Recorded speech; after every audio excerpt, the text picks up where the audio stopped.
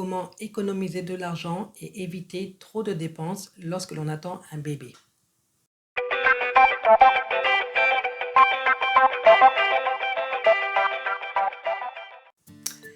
Bonjour et bienvenue sur ma chaîne. Si vous ne me connaissez pas encore, je m'appelle Carole et j'ai créé la chaîne Astuces d'une maman preneur il y a à peu près un an de cela, afin de pouvoir partager mes astuces et mon expérience de maman à nouvelle maman. Si vous n'êtes pas encore abonné, je vous invite à le faire pour ne rater aucune nouvelle vidéo. Et si vous aimez cette vidéo en particulier, je vous remercie à l'avance de mettre un j'aime. Si vous attendez un bébé, particulièrement pour la première fois, félicitations tout d'abord. Et c'est évidemment une période de joie, une période sans doute d'excitation, où maintenant, il y a beaucoup de choses qui vont changer dans votre vie, un nouveau chapitre qui s'ouvre devant vous. Et c'est aussi peut-être une période où vous vous demandez comment vous allez faire pour pouvoir, pour acheter tout ce qu'il faut pour la préparation de l'arrivée du nouveau-né. Alors évidemment ça va être un changement aussi pour vos finances, et donc le but d'aujourd'hui c'est de partager avec vous déjà mes leçons en termes de dépenses, surtout avant l'arrivée de bébé, et puis comment faire en sorte d'économiser de l'argent, et surtout comment ne pas en dépenser trop, ou en tout cas faire en sorte de pouvoir dépenser un minimum en ayant tout ce dont vous avez besoin. Alors on commence tout de suite. Parlons de l'hôpital.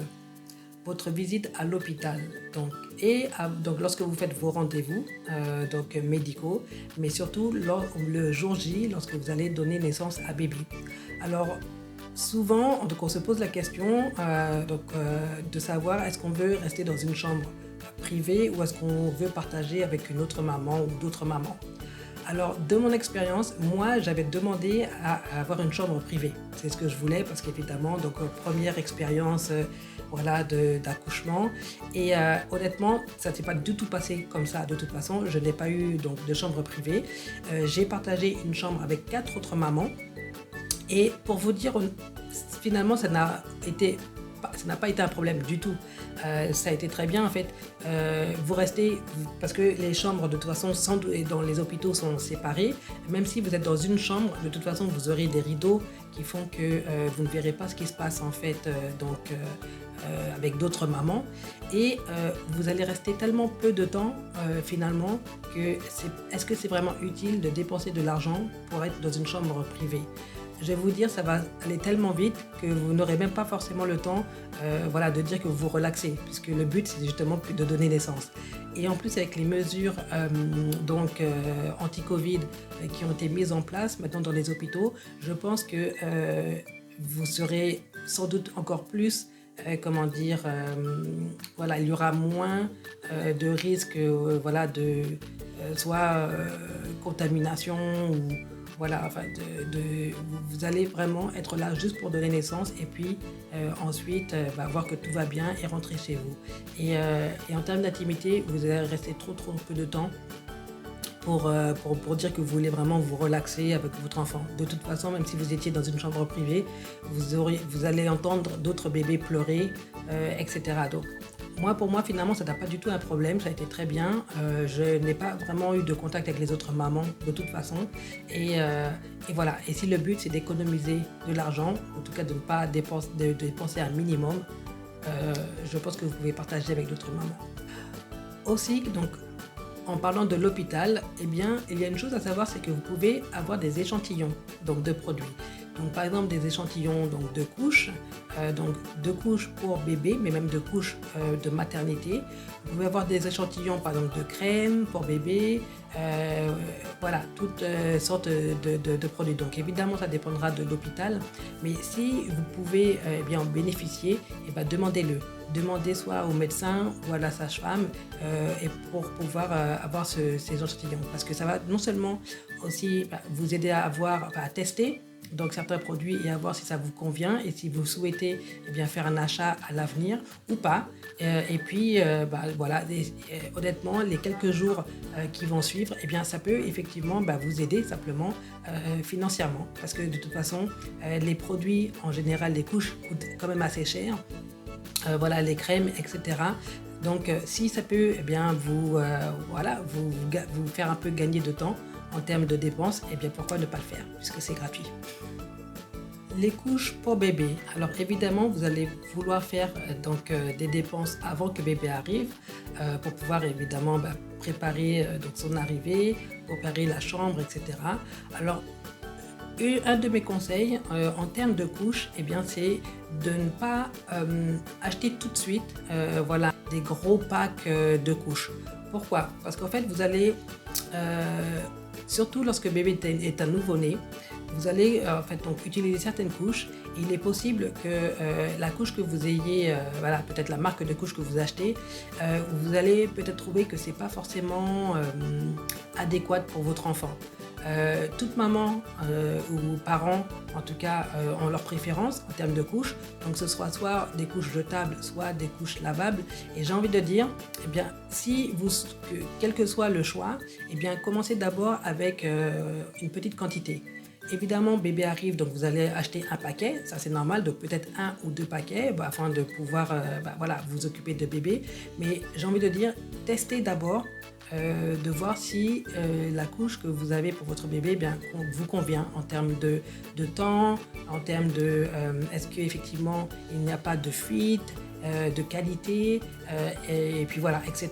Donc commencez d'abord petit. Lorsque moi j'ai donc accouché de mon garçon, effectivement on avait seulement deux paquets, 2-3 paquets maximum, et effectivement après cela j'ai commencé à tester d'autres couches pour savoir si effectivement c'est ce que je trouvais de mieux. Et évidemment vous voulez aussi pouvoir avoir une sorte d'avoir qualité-prix, et donc si vous pouvez trouver des couches moins chères, eh bien essayez de voir effectivement si la qualité vous convient aussi. En termes de couches lavables aussi, si votre choix est d'acheter des couches lavables, il faut aussi savoir que il faut aussi tester si la qualité est convenable. Il faut aussi tester si vous êtes pas trop fatigué pour commencer à laver les couches. Donc évidemment, si vous avez de la famille qui peut le faire pour vous, votre mari qui le fait pour vous, c'est parfait. Mais j'ai envie de dire, achetez peut-être 2-3 couches lavables et voyez si effectivement vous trouvez que ça vous convient parfaitement, et là vous pourrez acheter plus de couches et donc ça vous fera aussi gagner, donc évidemment économiser. Mais donc à voir, testez d'abord, prenez des petites quantités avant de commencer à acheter des gros paquets et finalement vous retrouvez avec des produits qui ne vous conviennent pas. Le lait, donc nourrir bébé. Alors mon conseil, ce serait que vous allaitiez, puisque ça vous économisera énormément d'argent en termes donc, de lait maternisé ou de formules, puisque si vous devez acheter effectivement donc, des formules, eh bien, ça va vous coûter quand même pas mal d'argent. Et donc je dirais que le premier choix serait peut-être donc d'allaiter. Évidemment, c'est votre choix, mais si le but c'est d'économiser de l'argent, eh bien je pense que ce sera une meilleure solution que donc d'acheter du lait maternisé. Aussi, si vous choisissez d'allaiter d'ailleurs, eh bien je vous conseille d'acheter un tire-lait manuel. Pourquoi je dis tire-lait manuel? Parce que acheter un tire-lait électrique, ça coûte quand même cher.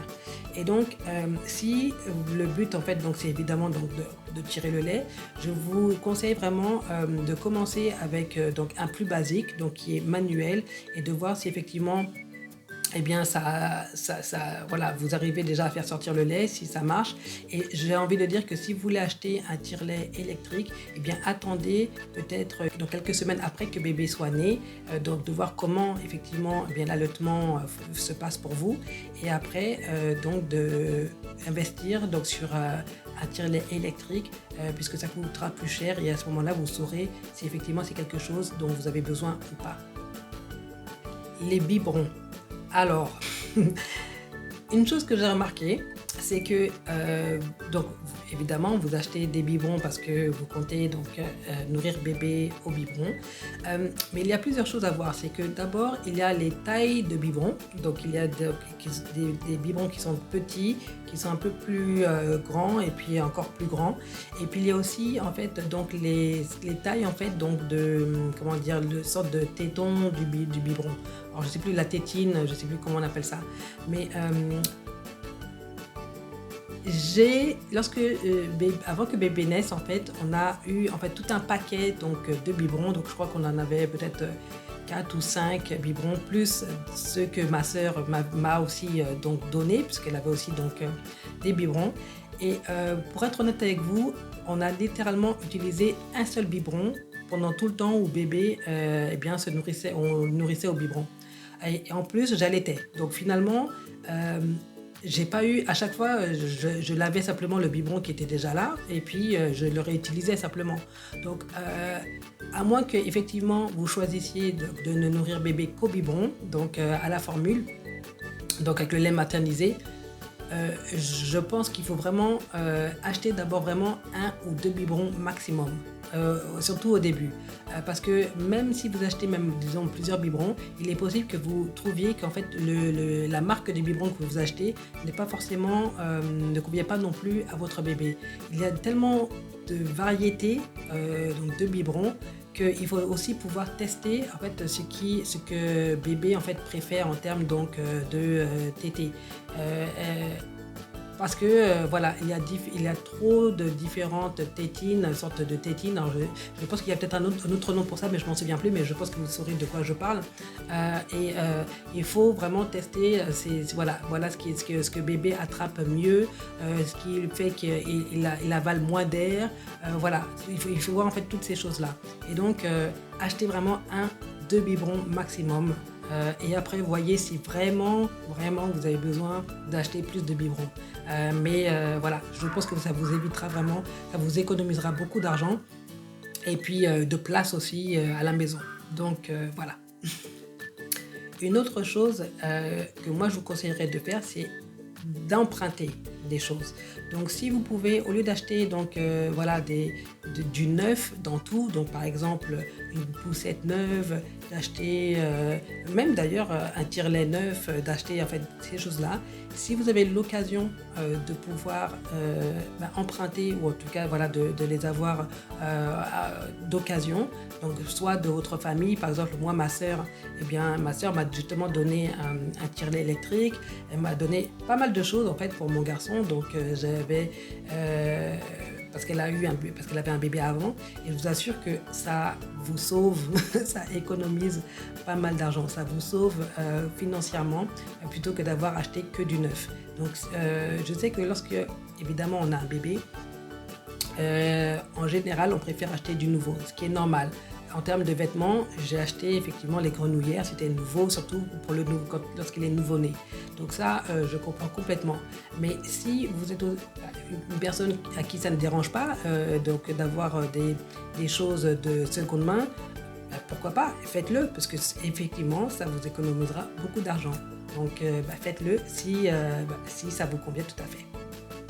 En termes de vêtements, alors d'abord, ce n'est pas la peine d'acheter des chaussures pour votre nourrisson. Ce n'est pas la peine. Pourquoi ? Parce que bébé n'a pas besoin de chaussures puisque bébé ne marche pas. Donc, si vous avez besoin, ce dont vous aurez besoin, ce sera de chaussettes, évidemment, parce que pour garder bébé au chaud. Mais ce n'est pas la peine d'acheter des chaussures puisque ce sera vraiment inutile. Moi, je sais qu'on m'a offert des chaussures donc pour mon garçon lorsqu'il était donc nourrisson. Et franchement, on ne lui a jamais mis cette chaussure-là. Et c'est pas utile du tout. Donc, évitez vraiment de faire des dépenses voilà, dont vous n'avez pas besoin. Aussi, évitez d'acheter des... Alors, je sais qu'on a tendance, parce qu'avec l'excitation, etc., on a tendance à vouloir acheter donc des vêtements en se disant voilà, lorsque mon enfant aura 6 mois, il pourra mettre ces vêtements-là. Lorsque mon enfant aura 1 an, je pourrais lui mettre ces vêtements-là, surtout lorsqu'on l'envoie voilà, des soldes. Alors, il faut éviter de tomber dans ce piège-là de se dire que parce que on voit des soldes, parce que ça coûte moins cher à ce moment-là, donc ce sera tout à fait utile pour bébé à l'avenir. J'ai fait cette erreur-là et je vais vous dire que bébé grandit très très vite, très très vite. Le temps passe tellement vite que au moment où vous voulez mettre donc certains vêtements pour bébé, bébé a déjà grandi, donc c'est déjà trop petit. Et aussi, eh bien, vous oubliez les vêtements que vous avez achetés il y a quelques mois de ça. Ça reste au fond du tiroir ou du placard quelque part. Et honnêtement, au moment où vous vous rendez compte qu'il a ces vêtements-là, c'est déjà trop tard, bébé a déjà grandi pour pouvoir mettre ses vêtements. Donc vraiment, achetez le minimum. Je vous encourage vraiment à acheter les vêtements au fur et à mesure que bébé grandit. Parce que bébé en fait peut très bien faire une certaine taille pendant un moment, mais il peut aussi très vite grandir et les vêtements que vous vous êtes dit « oh je vais lui mettre du 3 mois », finalement tout d'un coup il fait du 6 mois et finalement vous aurez vous aurez tout un paquet de vêtements que vous n'aurez pas utilisé. Donc évitez en fait donc de faire ce genre de dépenses. Achetez au fur et à mesure que bébé grandit. C'est beaucoup plus simple, ça vous économisera de l'argent et puis du temps et de l'espace même.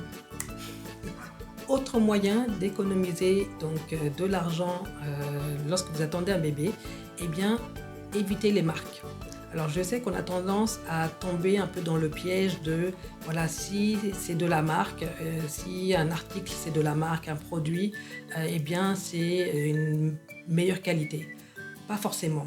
Honnêtement, donc ça peut très bien être dans les couches, voilà, même la poussette, tout produit pour bébé.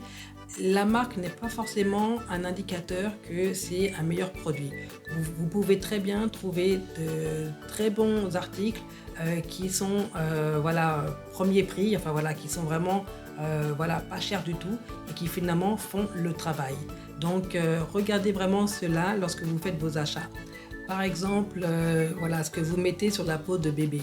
Donc souvent, on va vous recommander des crèmes à mettre sur bébé, alors que vous pouvez très bien utiliser des produits naturels, comme juste de l'huile d'amande douce que vous pouvez mettre sur bébé. C'est très très bien. Il n'y a pas de parfum, il n'y a pas de produit, c'est vraiment parfait. Voilà, du beurre de karité. Alors en général, je pense que c'est de l'huile d'amande douce qu'on recommande, ou peut-être de l'huile de coco ou des choses comme ça. C'est parfait, c'est pas besoin d'acheter voilà, des grands produits de marque parce que voilà, c'est ce qui est recommandé pour bébé. Donc c'est juste des choses comme ça.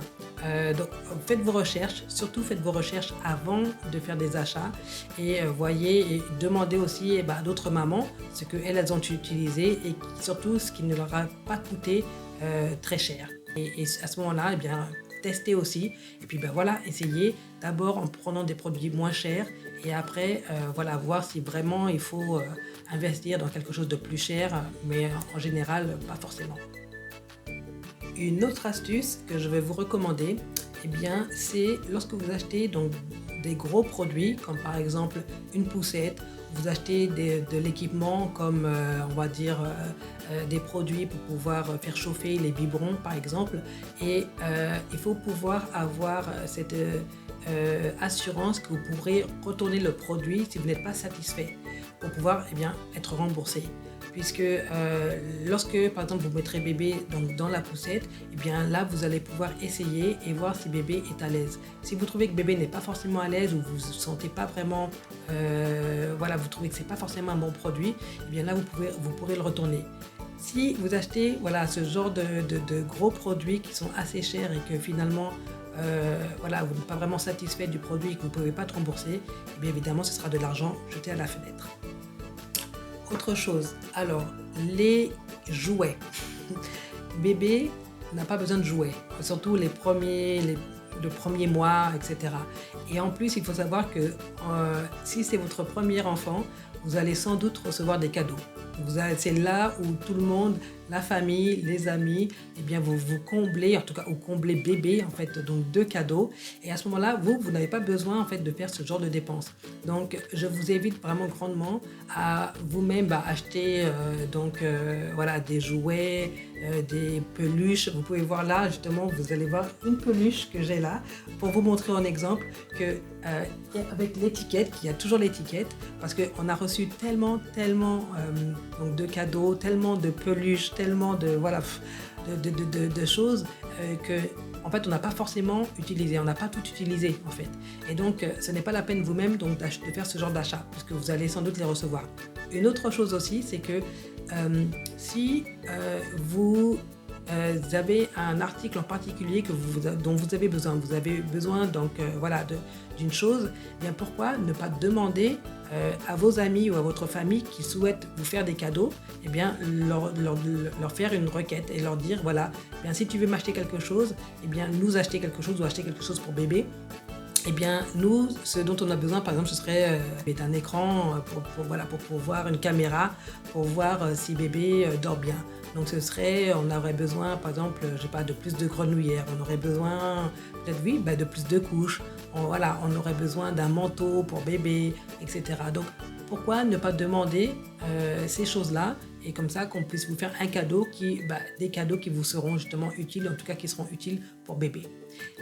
Et aussi, si on vous fait des cadeaux, eh bien, et que vous pouvez retourner si effectivement ça ne vous est pas utile, eh bien, retournez ces cadeaux afin de pouvoir récupérer les sous et acheter d'autres choses qui vous seront plus utiles. Donc voilà, donc je vous conseille vraiment, si vos amis vous donnent effectivement le bon d'achat, ou s'ils vous donnent donc la facture, effectivement gardez bien cela, et si vous voyez qu'effectivement bien le produit n'est pas forcément adapté ou convenable pour votre enfant, eh bien à ce moment-là vous pourrez aussi le retourner et puis faire d'autres achats qui seront plus utiles pour vous à ce moment-là. Et ma toute dernière astuce pour donc économiser de l'argent lorsque vous attendez un bébé, eh bien, c'est de faire un budget. Ayez à l'avance un budget pour savoir ce que vous devez acheter pour bébé. Cela va vraiment vous aider grandement afin de ne pas acheter des choses dont vous n'avez pas besoin. Si vous avez un budget et vous avez aussi une liste de choses que vous devez acheter, eh bien, tenez-vous-en à votre liste et tenez-vous-en à votre budget. Ne dépensez pas plus que vous n'avez besoin.